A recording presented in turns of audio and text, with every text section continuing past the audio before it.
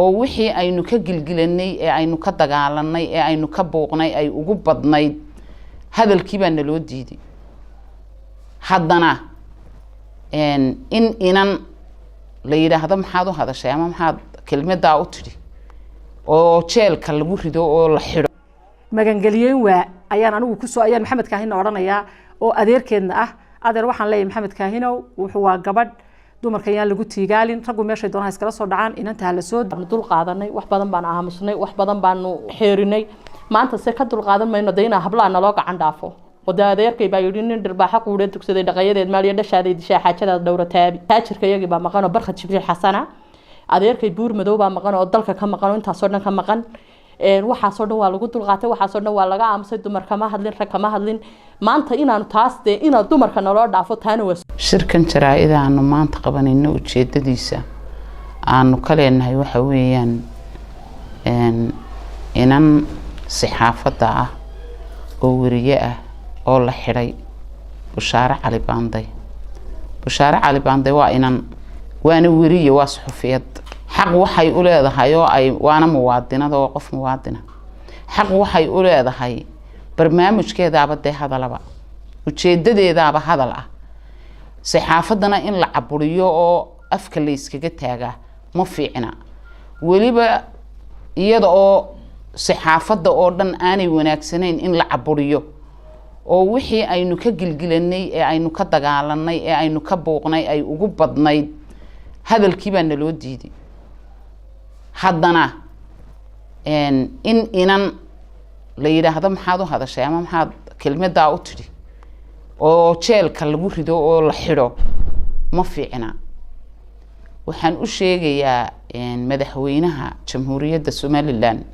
Muuse Biixi waxaad ka baxsatay ee ka carartay ee hawd ka gashay caburin bay ahayd adigana iminka 95% caburin baad ku haysaa dalkii Somaliland annaguna shacabkaanu ku garaacayn laakiin annagu waxaanu nahay kuwii cagaha biyuhu idinka galeen saanu idin daba carareynay waxa weeyaan waxaanu idin daba carareynay ee aanu u dhagaxa u sidanay ee aanu kabaha cagaha ugu labada suxul ugu qaadanay ee annagaan reer miyi ahayn miyi u tagnaano hawd iyo qaaxo u galay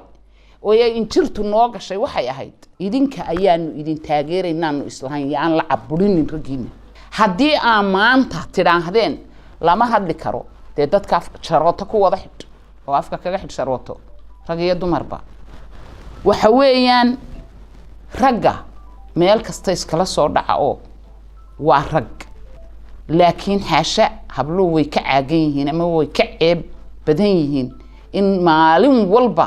aad inan ka laalaado oo aad jeelka ku rido aad tidhaahdo waxa ay xaasay tiri ya wala caayay ceeba ka raacdaba adiga bay ceeba ka raacaysa wala caayay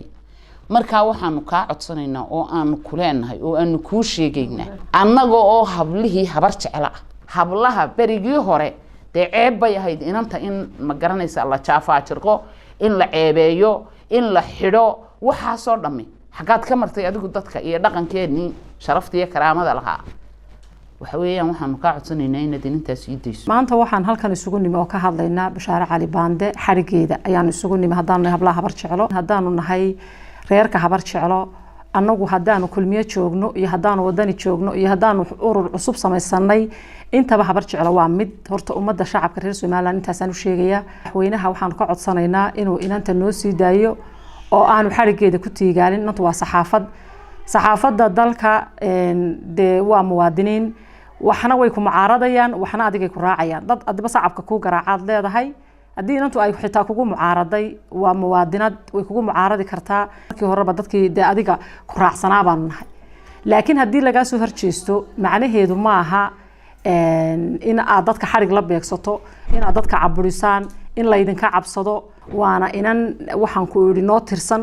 inantaa inaad noo sii dayso oo haday kiis leedahayna kiiskeeda ay maxkamada cadayso laakiin aan la caburin ayaan rabnaa madaxweyne dastuurkayaga ayaana siinaya inaanu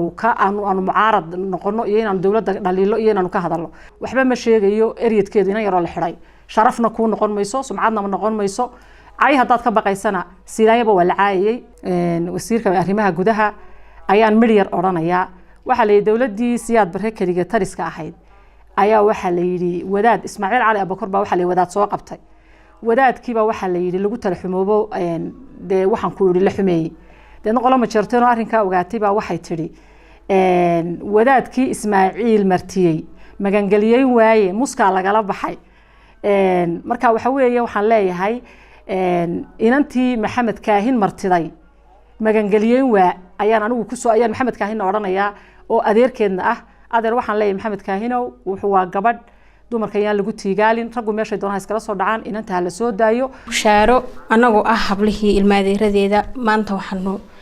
leenahay inanta waxa lagu xiray waa khaladna waa loo geystay waa la jirdilay nabarana way ku yaalaan kulay waxaan u malaynayaa Bushaaro inay tahay saxaafiyad madax banaan oo ma aha saxaafadda u shaqeysa TV-ga qaranka oo adiga waxaad amarto qoraysa sababta saxaafadda TV-ga qaranka u shaqeysa waxa madaxweynuhu uu raali ka yahay bay qortaa marka kulay qof iyo cod sida loo yahay ayuu qof kastaana xor ugu yahay codkiisa waxaan u sheegayaa madaxweynaha Soomaaliland inanta si dhaqso ah oo bila shuruud oo noogu sii daayo ninkii hablihii hore garaacay ee hablihii hore jirdilay inuu inanteedana jeelka ku jirdilo taana waan ognahay waxa kale weeyaan adeerkii Maxamed Kaahin waxaan leeyahay Maxamed Kaahinow khalad baad adeer samaysay inaad sidaa u khaldeetidna may ahayn khaldama waa Ilaahay laakiin waxaan ku leenahay toobadu waa ku furan tahay anagu wax badan baan dul qaadanay wax badan baan aamusnay wax badan baan xeerinay maanta se ka dul qaadan mayno deena hablaana loo gacan dhaafo wada adeerkay baa yiri nin dhirbaaxa quureed dugsaday dhaqayadeed maaliya dhashaday dishaa xaajada dowrataabi taajirka yagi baa maqan oo barxad Jibriil Xasana adeerkay buur madow baa maqan oo dalka ka maqan inta soo dhan ka maqan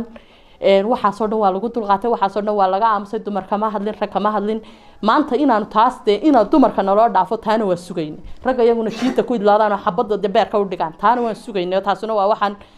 ku shaki ku jirin waxaan leenahay madaxweyne soo daayinanta bilaa shuruud noogu soo daa in adeerkaana hablo horu jirdilay buu ku nabad galay wax leeyahay aana xundigatayana ku murdla waxaan ku leeyahay Musabixi Cabdiyo raggi baan weynaad xidhaysay dumarkina meed soo dhigata marka waxaan ku leeyahay madaxweyne Bushaaro Cali Baande soo daa waa saxaafad madax banaan dawaayna inantaado kala weeyaan hablaha lagu matiikaale inanta soo daa madaxweyne Musabixi Cabdi waxaad siban ka wadanaa waxaan ku leenahay Bushaaro Cali Baande soo daa habluhu waa qaali xaq hablaha la iskama maro soo birimagaydo hablaha soo inanta soo daa madax meel ka sareyso la taabtaa ma jirto adiga madaxweynihii dalka oo ay injirtu noo gashay waxay ahayd idinka ayaanu idin taageeraynaa islahan yaan la caburinin ragiina haddii aan maanta tidhaahdeen lama hadli karo dadka jaroota ku wada xidh oo afka kaga xidh